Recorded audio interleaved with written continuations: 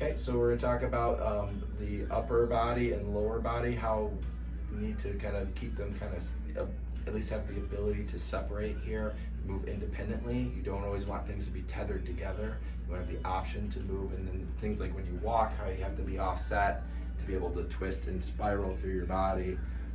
It's important for a lot of things. So lying down, what you're going to do is you're going to lie down. You can use a pillow. I don't have one, so I'm just going to use my arm here, rest my head here like so. I'm going to take my top hand, I'm going to put it behind my head. If you have shoulder issues, we might have to modify this a little bit. And I'm going to keep my elbow kind of down here, not so much up here.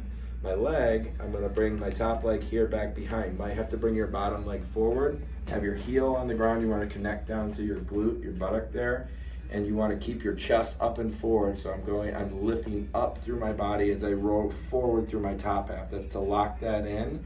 And I'm going to rotate. This is a functional clamshell, not a traditional one. We're just focusing on the hip. So I'm going to roll back through my torso. Now I want to keep my chest forward and up so that I'm not anchoring or tethering my two halves together. I want to get some separation here.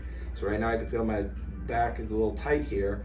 Not going to get a lot of motion, so I got to kind of like work that a little bit. Then I'm going to hold that there with the hip and the pelvis. I'm driving through my pelvis back. Then I'm going to lift my chest and my elbow up and forward here to loosen my top half from my bottom half. And then you'll repeat that on the other side. Then you can do this in standing. I'm going to come through this way and use the wall. So my anchoring side is my back leg here. I'm in stride, a narrow stride like walking.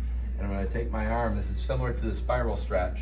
I'm going to come up and across here. So I can actually press my elbow and forearm into the wall here to anchor as I lift. Now notice my heel, my back heel is lifted up and my pelvis is pushed back, so I can kind of tension that. Now I can hold my chest up and drive my back half here, or I can anchor there like I'm pushing through a high heel shoe into the ground, and I can slide and drive through my top half here.